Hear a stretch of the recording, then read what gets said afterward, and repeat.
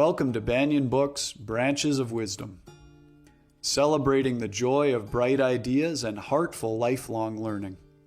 Branches of Wisdom is a series of intimate conversations with the world's most influential authors and visionaries.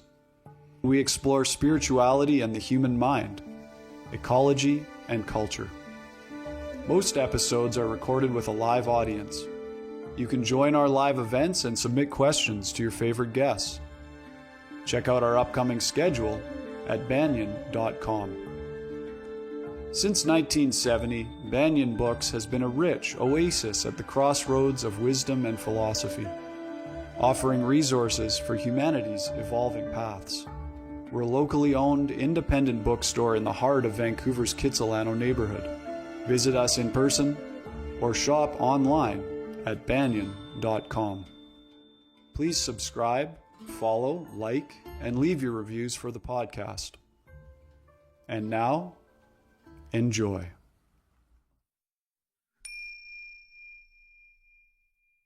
Hello, everybody. Welcome to Branches of Wisdom, the Banyen Books podcast. I'm your host, Ross McKeechee. Really excited today about our special guest, Mr. Will Storr. Will Storr is an award-winning journalist. He's a best-selling author and a public speaker. He has 6 critically acclaimed books, including the novel The Hunger and the Howling of Killian Lone, Selfie, How the West Became Self-Obsessed, and the Sunday Times bestseller, The Science of Storytelling. His journalism has appeared in titles such as The Guardian, The Sunday Times, The New Yorker, and The New York Times. His prizes include a National Press Club Award for Excellence and the AFM Award for Best Investigative Journalism. His work on sexual violence against men earned the Amnesty International Award and a One World Press Award. He's also been presented with the AIB Award for Best Investigative Documentary for his BBC radio series. He teaches popular storytelling classes in London and has been invited to present his Science of Storytelling workshop all over the world. He's also an in-demand ghostwriter whose books have spent months at the top of the Sunday Times bestseller chart and have sold more than 2 million copies. About the book today, The Status Game on Human Life and How to Play It. I'll just say this book is a revelation to read, and I really encourage everyone to check it out. This is something that is so innate to us as human beings, and I think it's really important that we bring awareness to it and understand how it works within us and in our society. So without any further ado, I'll welcome Will Storr. Will, thank you so much for joining us. Thanks, Ross. Thank you. Appreciate it. Yeah, it's so great to have you here. Our producer, Jacob, and I have been really excited to have you for this one because this is just such a great piece of work that you've put together and put so much research into. No, thank you for having me. So one of the first things you do in the prologue of the book is you establish that everyone alive is playing a game. You talk about our primal need for acceptance into a community and for connection. And then you point out that once inside a group, we're rarely content to flop about on its lower rungs. We seek to rise. So I'm wondering, Will, just to start out with as an entry point, can you define for us what is status and what are some of the fundamental status games that we play? Yeah, sure. So sometimes when you're talking about status, as we say here in the UK, people think that I'm talking about, you want to be rich, you want to be famous, you want to be on the stage.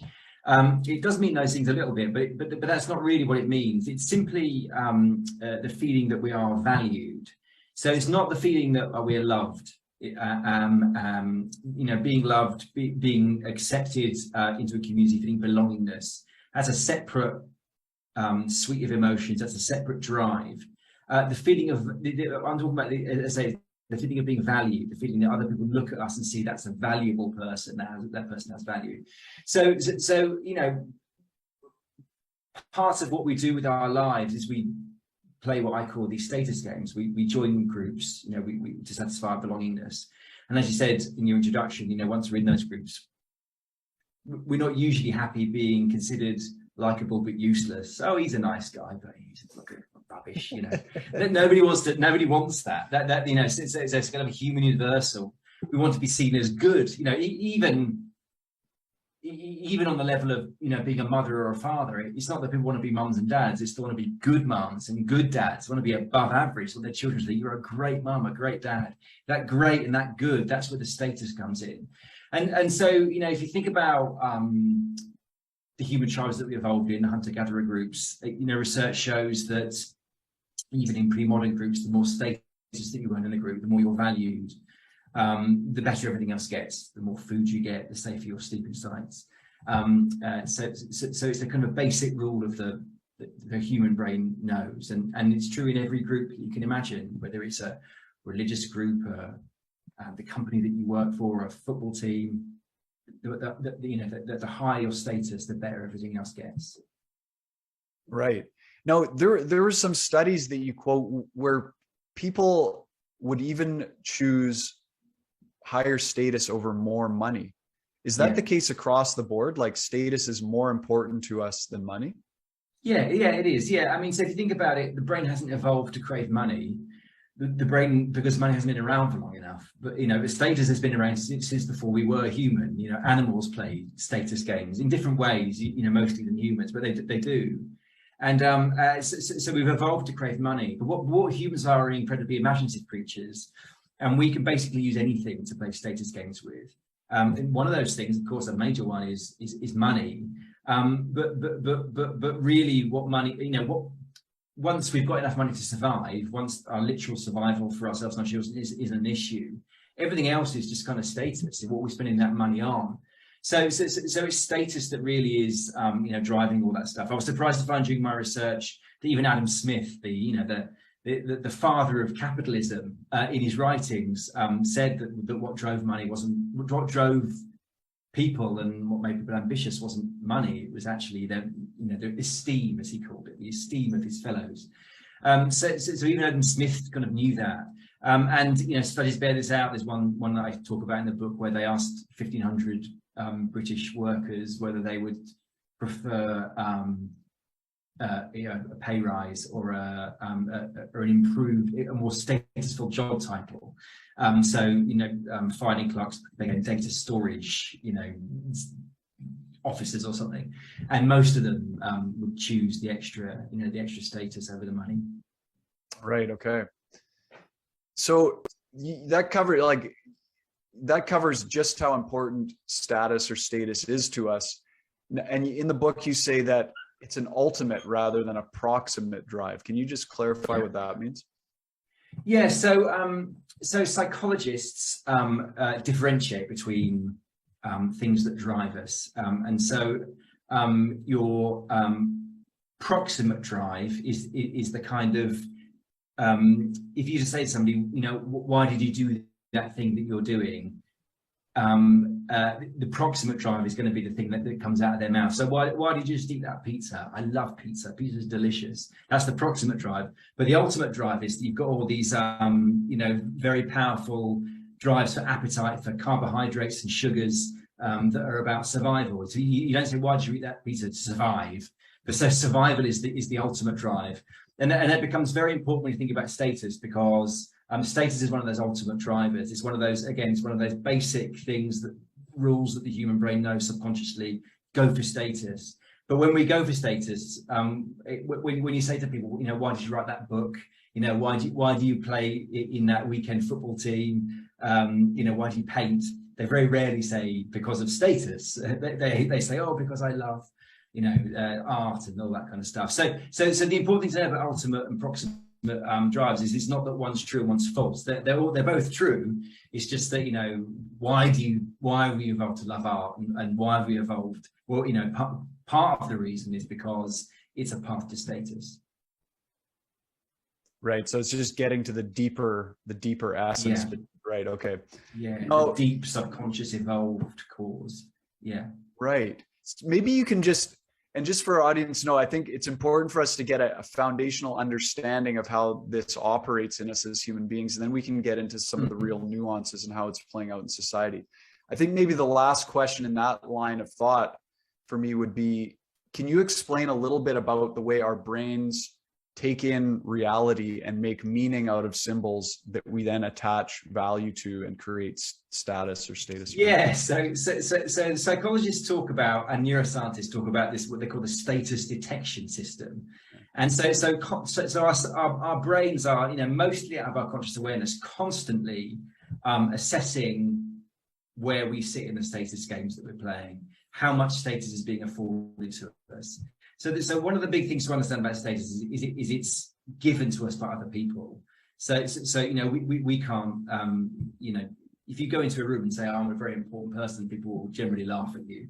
You don't tell us that you have status. We give you the status. Somebody needs to tell Donald Trump that, but that's kind of how that works. So the brain is constantly assessing, where do I stand in the status game with these people? And it basically can blow onto anything. So one of the studies that I write about in the book that always stuck in my head was this study where they looked at people being poured measures of orange juice. And so if you pour lots of measures of orange juice for people, but one person gets a little bit less than everybody else, they tend to become very preoccupied with that and very upset about that. And again, that show you, you're nodding, and you can completely recognize it. Like, it's a totally human response, that, it's an archetypal human response. And you can obviously immediately understand it, because your brain you're not annoyed that you've missed out on half a mouthful of orange juice. You're annoyed because that status detection system has gone, why am I getting less? So it's using that measure of orange juice as a way of assessing our status. And we're so chippy about it that we'll immediately become switched on and alert and what's going on. And you could think about, in the book I also write about, you're kind of playing status game constantly. Like, I was, lived in Australia for 4 years, and as a middle-aged man with my top off on Bondi Beach, you can't help but play that status game and feel like you're really in a low, bad place. You feel terrible. In a lift, in a hotel, immediately you're playing status games. Who's got the nice baggage? Who's getting off in the suites at the top floor? Who's an employee? Who's crowding into me? And that's taken as by the subconscious as an assault on our status, and all crowd into you, because get back. That's disrespectful. So we're constantly playing these status games, mostly out of our conscious awareness. And you talk about the three overarching kinds of status games. There's all these different status games going on within our lives, but they fall into these three categories. Can you fill us in on those? Yeah, so there are loads of sort of paths to status that humans have. Youth is one in certain areas, but then in other areas, being old is statusful. Our looks, our physical appearance is a way of earning or not earning status.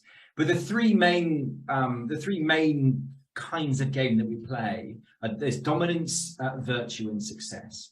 So dominance games we've been playing since before we were human. That's basically violence or the threat of it, bullying, coercion.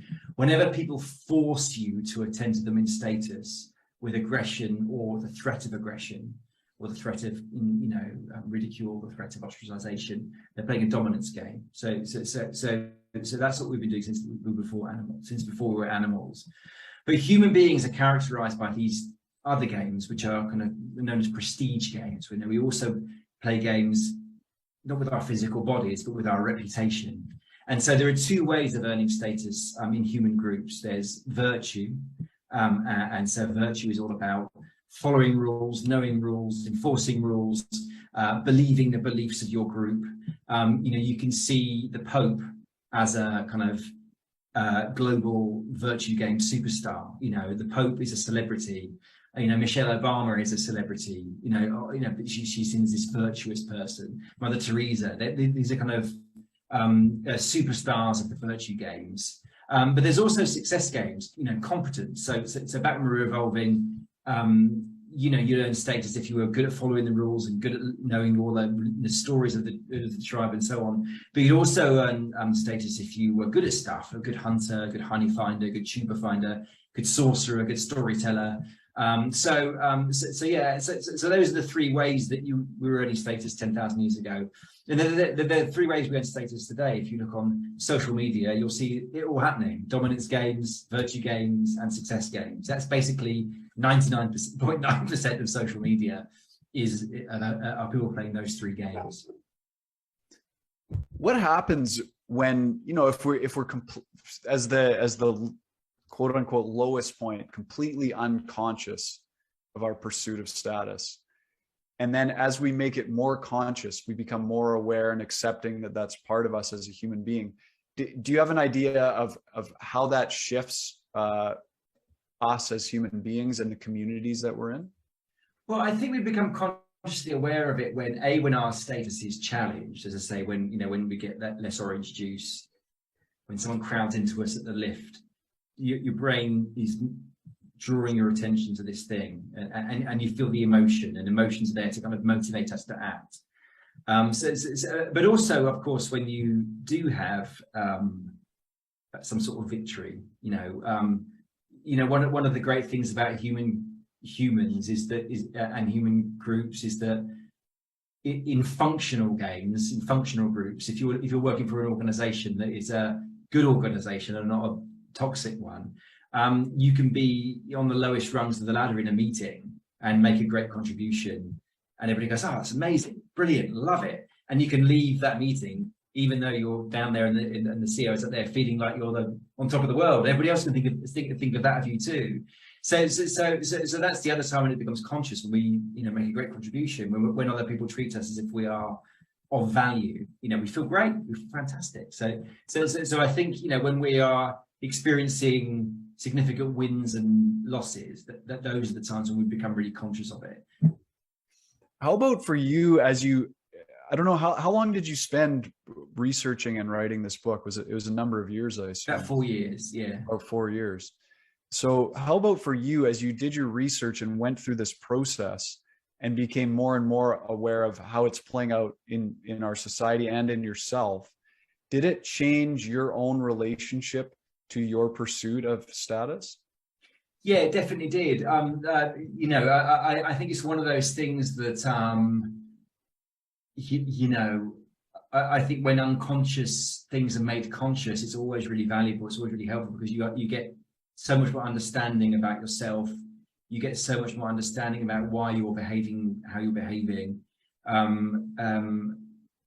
I think in two specific ways.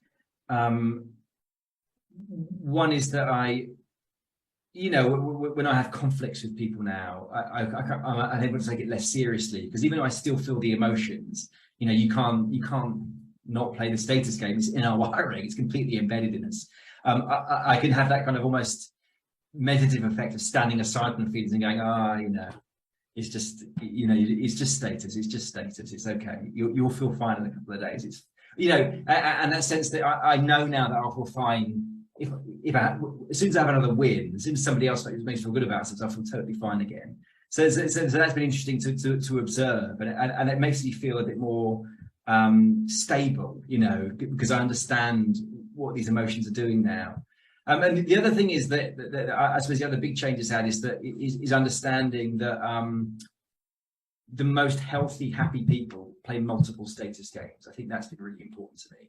So before I wrote this book, at the end of the book, I advise play multiple games, but I'm the worst person at that because I'm not a parent.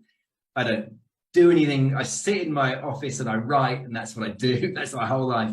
And so I'm sort of diversifying my life now. Like I've got a hobby now. I'm into cycling now. I'm in the stages of becoming a volunteer for a charity over here, because you think, well, what's your virtue status? What do you do for anyone? And the answer is, like, apart from my dogs, nothing. And I think, God, that's terrible. So I'm now volunteering. So it's definitely changed my life in positive ways, understanding this stuff. Right. So the way I understand that is, there's two parts that come to mind for me. One is that, when you look at people that are active in multiple different spheres of life, then they're usually very happy. And if one thing falls away and they lose that form of status, they still have this other thing in their life that gives them confidence and recognition and status. Exactly. Yeah. So what I wonder is, does that tell us something about how we should be raising our children? Because I know like a lot of people, like let's say there's a Tiger Woods, just as a random example. Yeah. He's obviously got a gift with golf, but also his father was there with him, coaching him along, and they laser focused on that one thing. So does that tell us like, should we raise our, if Tiger Woods lost his ability to play golf, we might see a severe drop in status.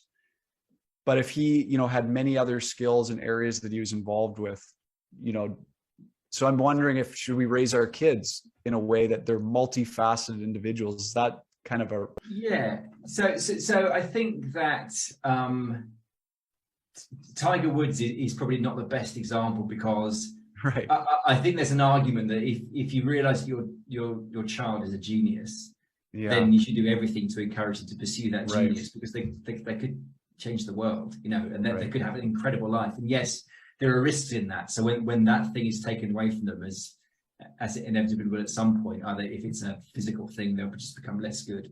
I think, if you're Tiger Woods and you're 9 and you're a genius, then I would advocate for just going all in on that game. But when you're hitting middle age, start thinking, and it starts to go away, then you start thinking, okay, what other games am I playing? And then, often people go into teaching, Tiger Woods could, sharing your knowledge with other people. That's a different status game. But for the 9% of us who aren't Tiger Woods, I would definitely advocate. So there's a few things. I wrote about this in a past book, Selfie, this kind of toxic Western idea that we have, that you can be anything you want. You can do whatever you want. And I think that's a horrible thing to tell your children, because it's not true. It's literally not true. It's not true genetically. It's unfair. And so, I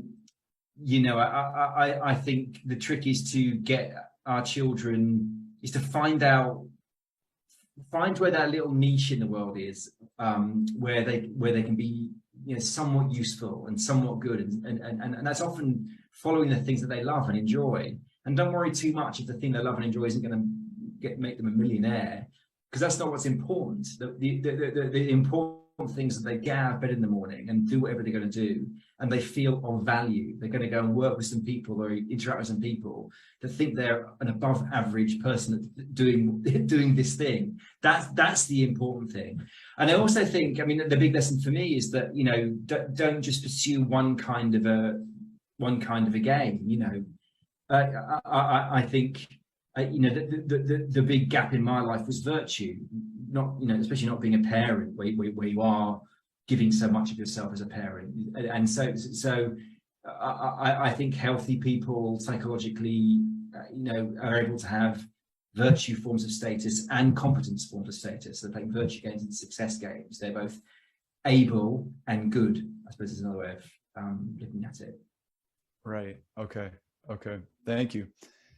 So as you know, on Banyen Books we have a wide variety of books that we carry, although to many people, Banyen would be considered a spiritual bookstore.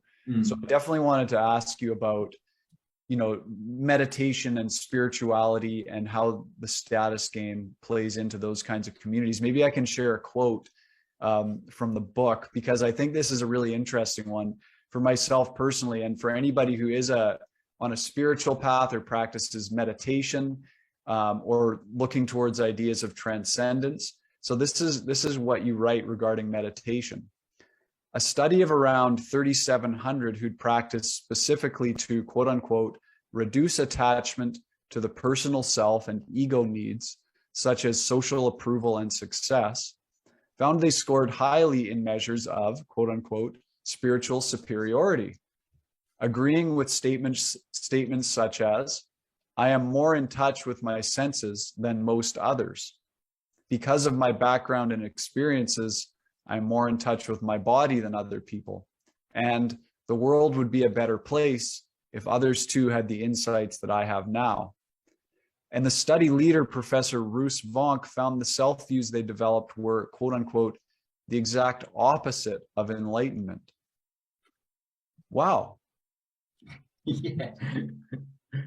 Yeah, so I guess I'm not arguing that there's. I'm certainly not arguing there's no value in meditation. I wouldn't argue that. Oh, It's simply the observation that it's it's an embedded part of the human condition that we, when we get good at something, we start to feel good about ourselves and a little bit superior and maybe better than other people. You can't get rid of it. I mean, that was another one with the orange juice and with the meditation study. When I talk about that, the idea of spiritual superiority, people who become expert meditators actually feeling quite proud of themselves and looking down their nose a little bit, maybe at people who don't understand the world like they do. Like, it's funny because it's true. Like, of course, that's what people do because we're people. So it's not to kind of dump on meditation. Certainly, I think meditation is hugely valuable. I also think I suspect strongly that meditation can help you lessen your attachment to kind of status pursuits, but I don't believe that it can eradicate them totally. I mean, one of my major experiences of meditation was I had a book called The Unpersuadables, and as part of that, I went to a 10-day silent Vipassana. Is it Vipassana? some people say Vipassana, some people say Vipassana. Yeah. Yeah, in Australia they said Vipassana, and I was there on the first day, and everybody was. I think it was like 16 hours a day of meditation. It was really hard, and I'm not used to it. So when the kind of guru guy, I don't know what you call him, came onto the stage with his bald head, and everybody was like cross-legged, but it was painful. So I stretched out my legs and listened to his talk, and I was pulled out. I was given a message to go and see him in disgrace, and he told me that it was incredibly disrespectful because I had the soles of my feet were facing him. And how dare I do this to him? It's incredibly, disrespectful. There was hundreds of people there, and he focused on the soles of my feet. And I just thought, this is insane. You're here talking about the destruction of the ego, but you're so offended by the sight of the soles of my feet, which is something that I didn't even know was offensive to you, that you've pulled me out of the silent retreat, and I felt humiliated. I felt embarrassed. I felt, so that is the kind of anecdote in my head that goes with that study. This guy was talking the talk, but in my view wasn't really walking the walk, because he was very attached to his ego, as far as I could see. Wow, that is a really great story to illustrate that point. Yeah, my teachers always said to me, don't worry about what any teacher says. Look at their life, and that'll tell you. Yes. Yeah. Now, you brought up humiliation. That was an experience of humiliation, and of course, it would have been related to you were brought down in status in that group and made to feel less than, and you didn't even know the rules of the status game there. You had no idea you were breaking that rule. One of the things you talk about is that a lot of the worst of the human condition is brought out by repeated humiliation and extreme loss of status. Can you talk a little bit about that? Yeah, so in the very early stages of thinking about this as a possible book, I set myself a little test, and I thought, okay, if you're going to argue that status is so important, then it must be really bad when it's taken away from us. Like, what happens when it's taken away from us? And I found this incredible paper called "Humiliation and Its Consequences" by two psychologists, and so they describe humiliation as not only the removal of your status, but it's so severe that you can never claim status in that community ever again. You're basically expelled from that group, that community.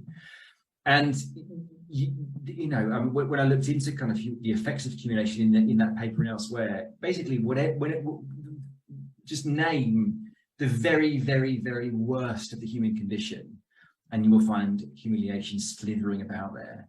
I'm talking about terrorism. I'm talking about serial murder. I'm talking about honor killing. I'm talking about incel misogynist culture, and even up to genocide. All of those horrible phenomena have humiliation deeply embedded in them.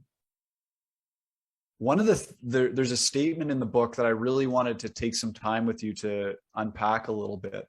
It's at the end of chapter 18, War Games, where you talk about our human tendency to win conquest, not just over people, land, resources, but beliefs and ideologies. And you write this: the lesson many will find impossible to accept is this: never believe groups who claim they just want, quote unquote, equality with rivals. No matter what they say, no matter what they believe, they don't. They weave a marvelous dream of fairness for all, but the dream is a lie. So if I understand rightly, and correct me if I'm wrong, what you're saying there is any group of people who's claiming our aim is to create a fair and just society for all, that's just not possible for a human being to not have the under.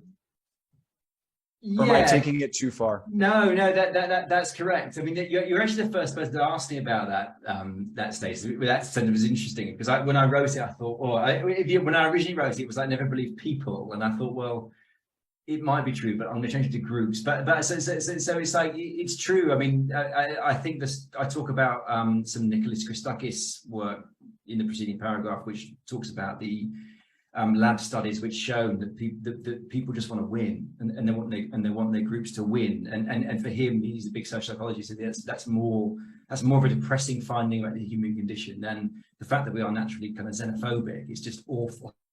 But unfortunately, it's true, and you know, I think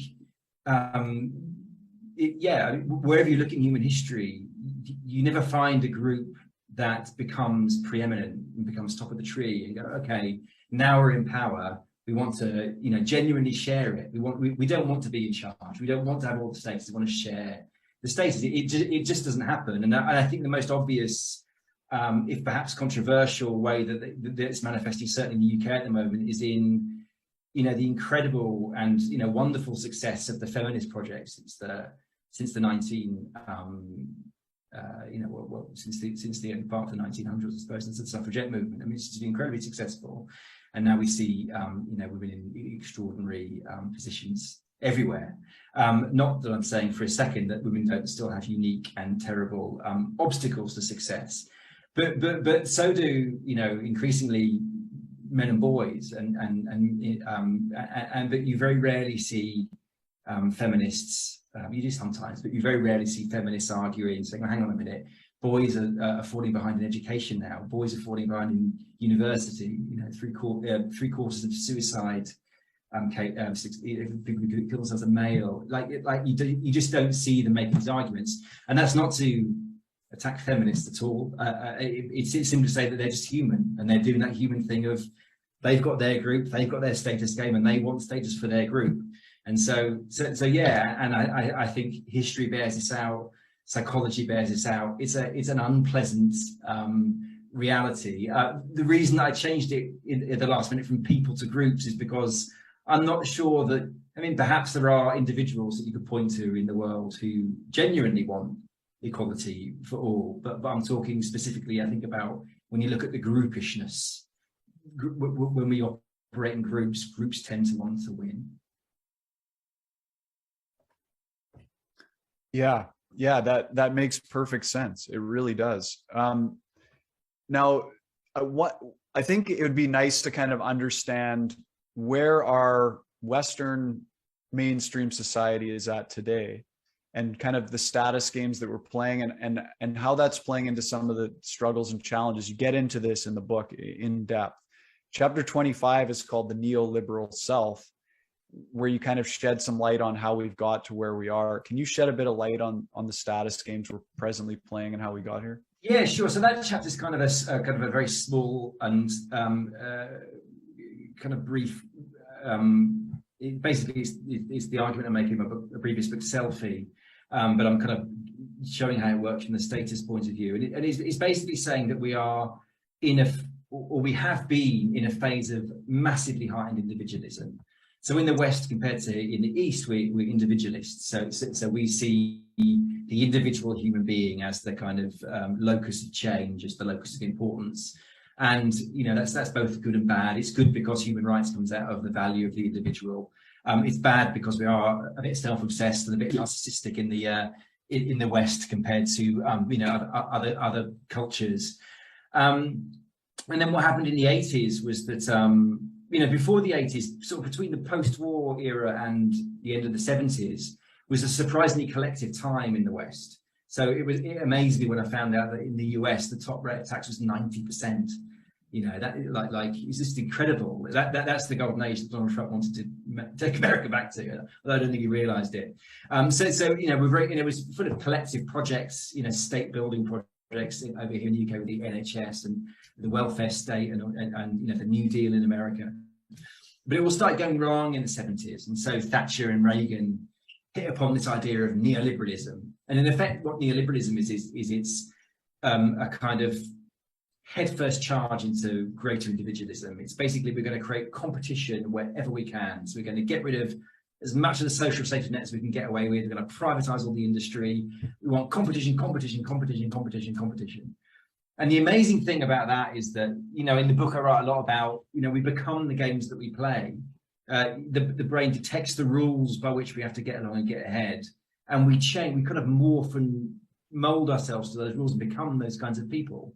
And there was a huge kind of change in the Western self in the 80s as a result of the rules of the economy changing.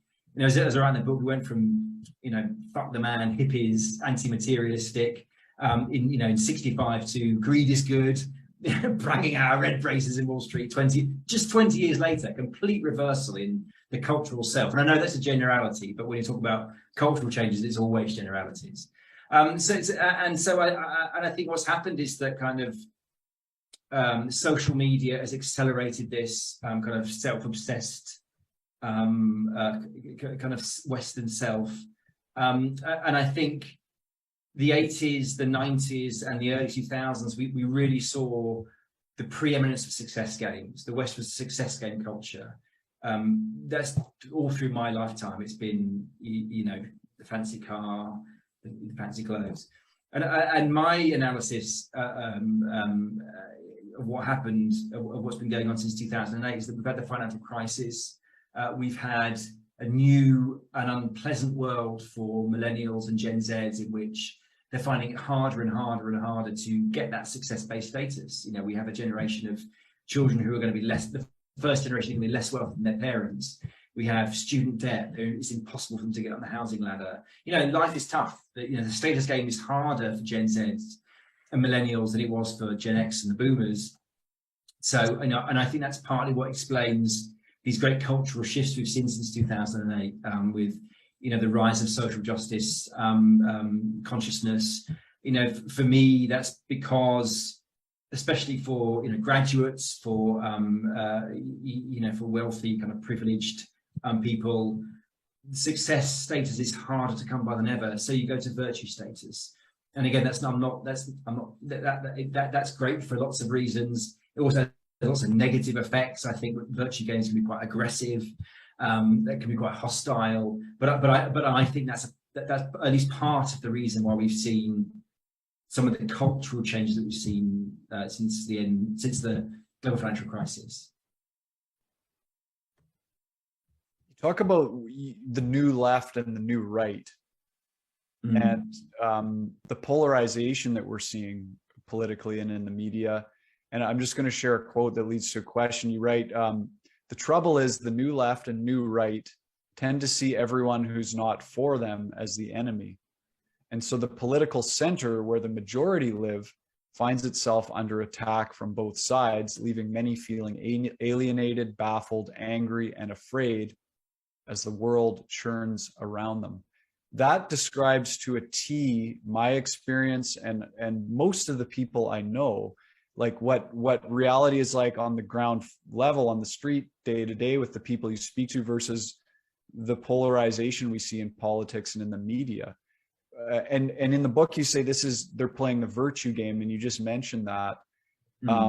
Can you talk a little bit more about the downside of the virtue game and what's happening these days from that angle? Yeah, I'm glad that resonated, because when I was writing that sentence, I was writing about me. That's how I felt, too. So yeah, I mean, I think, so when you look at the demographics of who are on what I call the new left, the social justice, progressive activist left, they're the most highly educated demographic group. They're the wealthiest demographic group. So they're kind of wealthy graduates, effectively, very educated, often underemployed.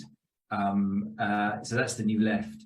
And the new right, I think that they are the sort of the disenfranchised white, often the disenfranchised white working class who, again, have seen huge declines in relative status. In the UK, they've been the most affected by the large amount of immigration that we've had, into the UK since the 50s, I guess. It's affected their communities way more than it's affected anybody else's communities, and they feel less important. They feel nudged out. I think I'm a left-wing person, and I think a kind of cone of care, in a way, has shifted from class to race and gender very much since the 60s. So for lots of very good reasons, but the poor people that we used to care about, that George Orwell wrote so passionately about, we don't really care about them very much anymore, especially the white working class poor, and they feel it.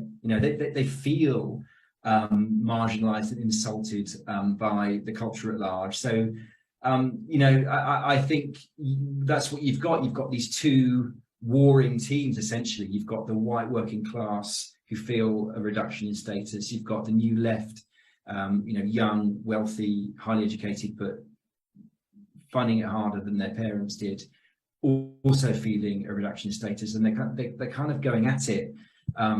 They're small parts of the population.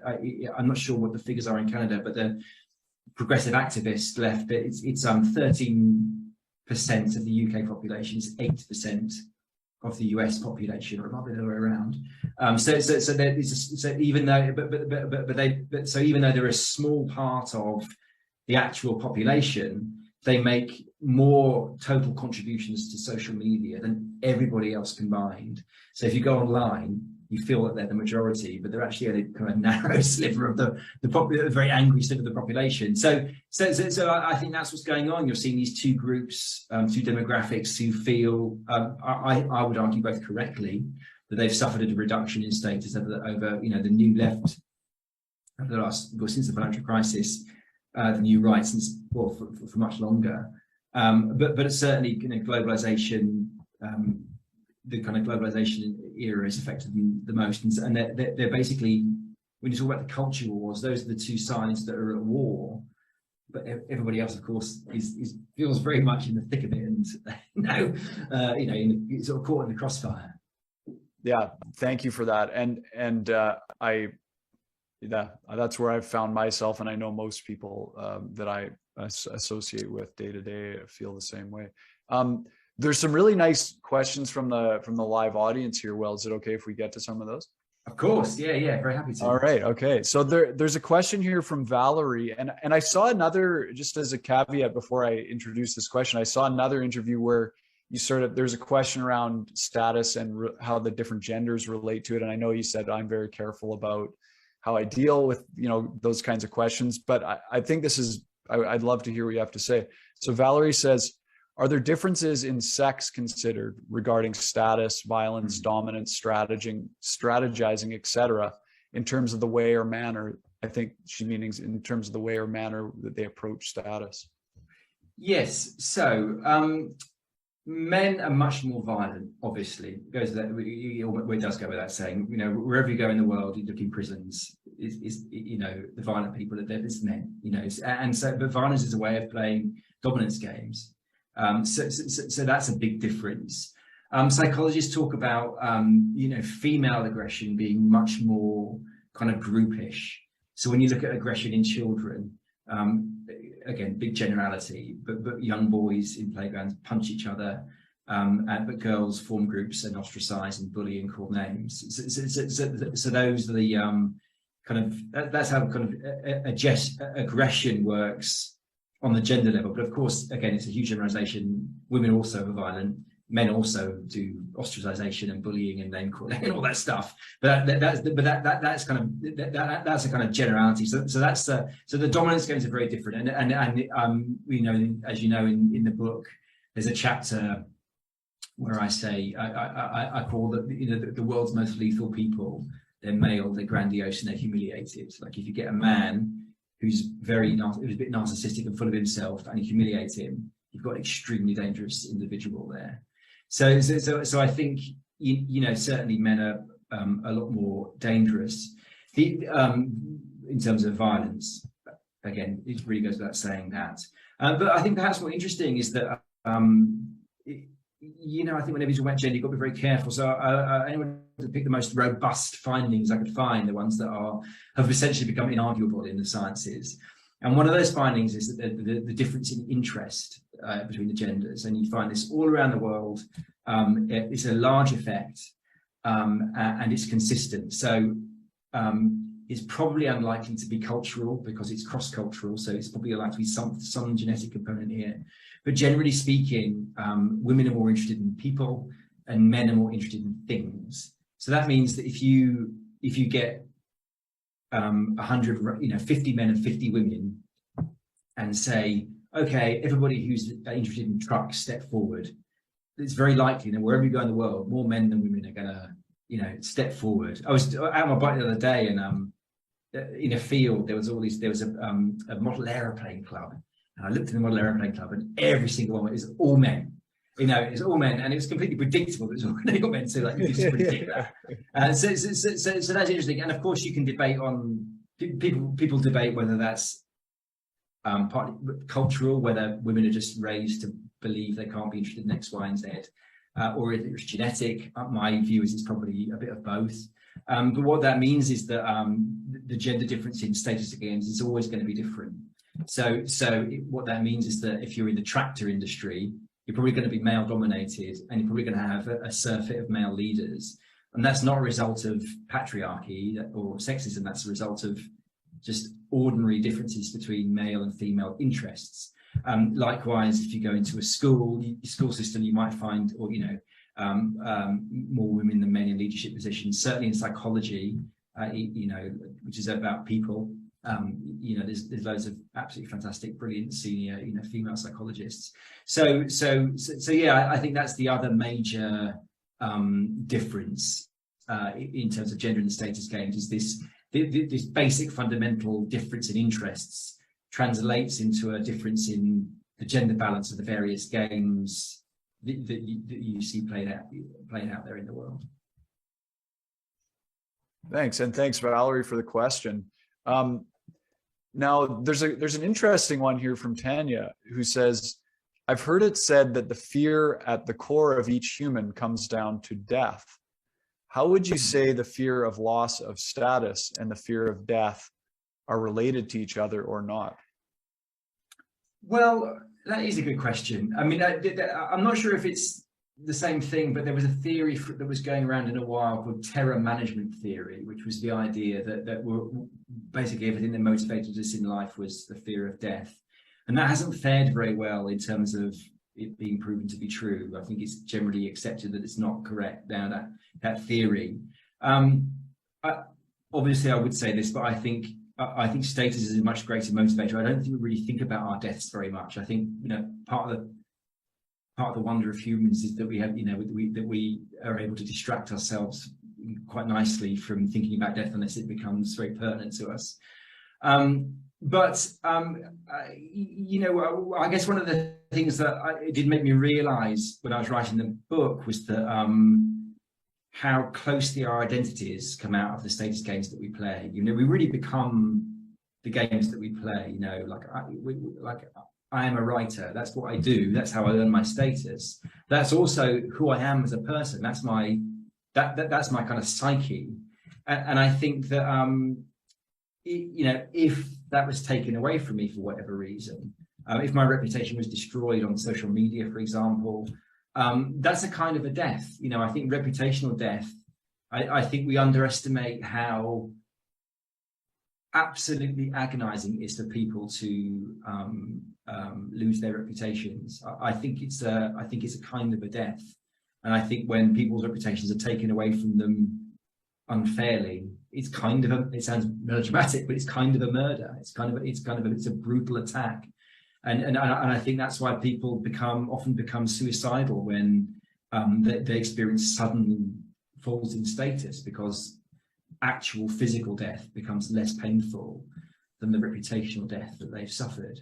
That's why I believe that Jeffrey Epstein, did kill himself, because he's absolutely in the category of somebody that is highly vulnerable to suicidal ideation, somebody that would go from up there to having such an absolute dearth of status.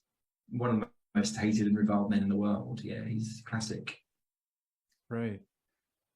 So on the other side of that coin, is that a case for, it's culturally having a little more awareness for the impact that, like, this cancel culture that we're living in right now, having a little more awareness around how the loss of reputation and status seriously impacts someone before we, make these sweeping judgments about them and wipe them out. Absolutely. Absolutely. I think, I write about cancel culture in a chapter in the book, as you know, and these people that went after this woman in the knitting scene because she said that she was excited to go to India because it was going to be like going to another planet, and she was accused of being a racist for saying that, and really went through a very difficult time.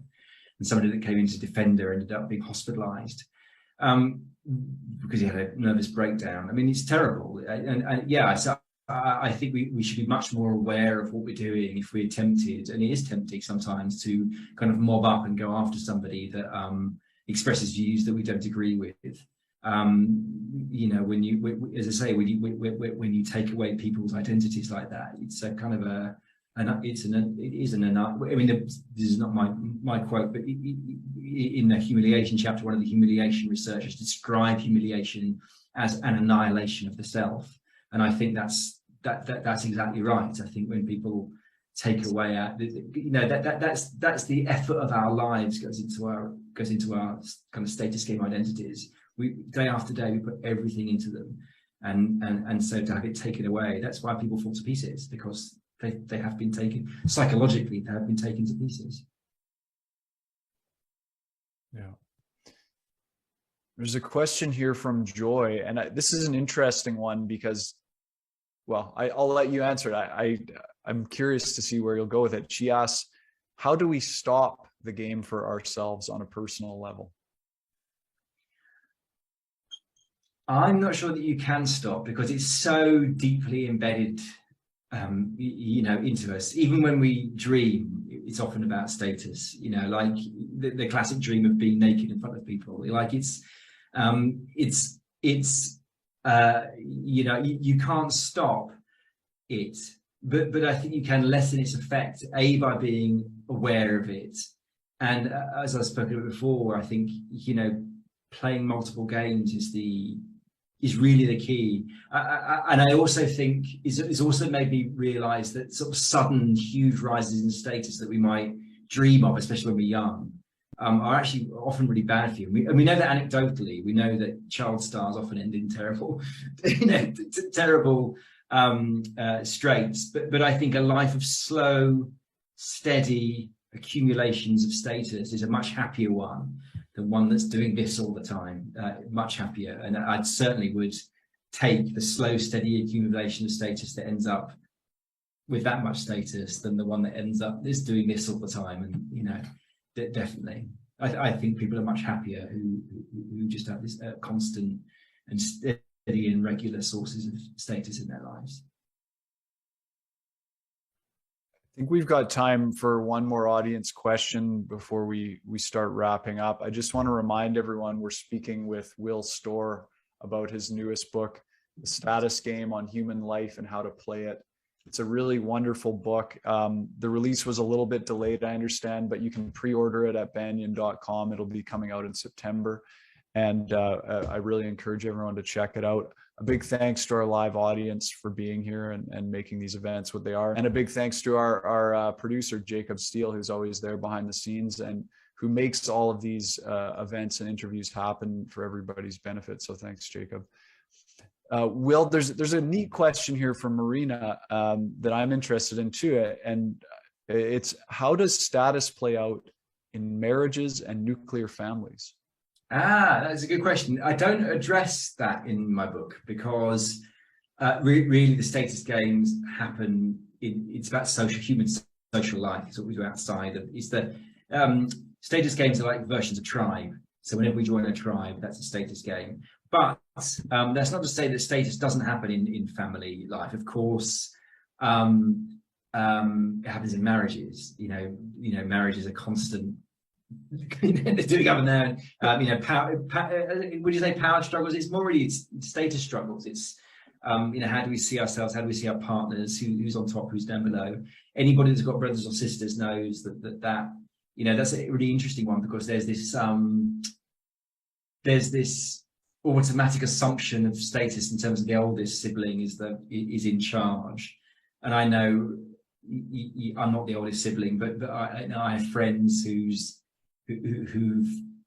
eldest siblings take that assumption of high status with them into adulthood, and they always want to be treated as the king or the queen, even when they're in their 50s and 60s, and that causes a lot of friction because I'm an adult too now. So yeah, I don't write about it in the book, but certainly that's not because I don't think status